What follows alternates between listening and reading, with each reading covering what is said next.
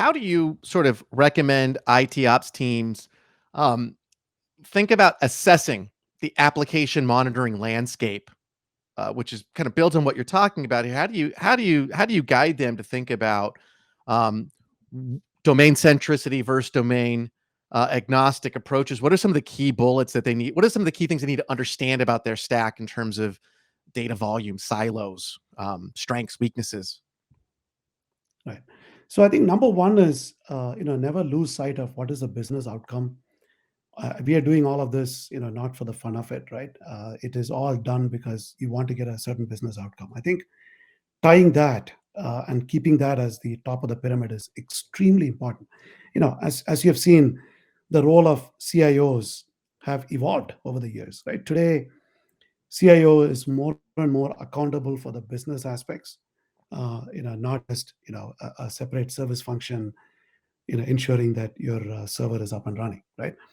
So that is one. So keeping that in mind, it is always going and going down from there, and looking at how did I pick a particular what are my design choices, and when I pick this design choice, what matters, what can I abstract out of it that would actually affect the business outcome.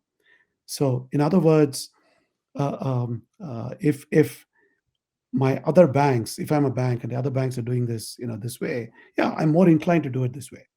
But having said that, today, I should go in and look at what is out there.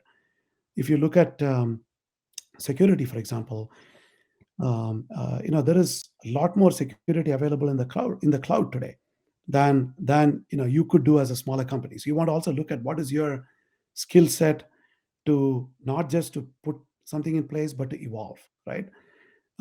So in the domain centric world, it becomes a little harder to evolve on pace. Whereas in a domain agnostic world, you get the best of what others have learned, and you can leverage that to evolve much faster. And also sometimes Mhm. the robustness of the solutions are also much better. So I would sort of look at it that way. And then third is, if you look at um, the best practices for this, is I whatever I put in, whether I take this approach for whatever reason, you need to know why I'm making this choice. But nevertheless, you still want to be able to observe or monitor that from an IT ops point of view.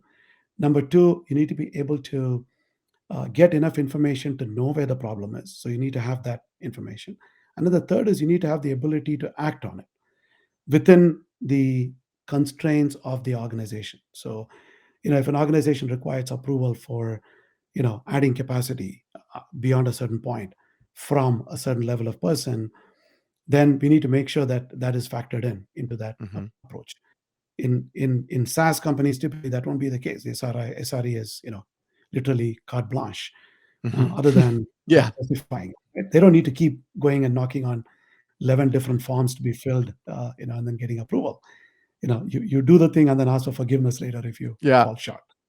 So I think it depends on the type of company you are in, and then what your policies are, so you can tie in accordingly. But I think more and more people are evolving towards increasing capacity by itself is not enough. But having said that, the part of the AIOps tool, one of the byproducts is that you can optimize at a very granular level the capacity, right? For example, if you look across our customers, we have helped optimize capacity, and especially the cost associated with it, by more than 30%, because of this approach that we can take. Um, and I think going forward, if you are designing something from the ground up, I would design it for a domain agnostic approach. But having said that, you need to make sure that what matters to your domain from a business point of view, regulatory point of view, process point of view, and audit point of view is kept in place.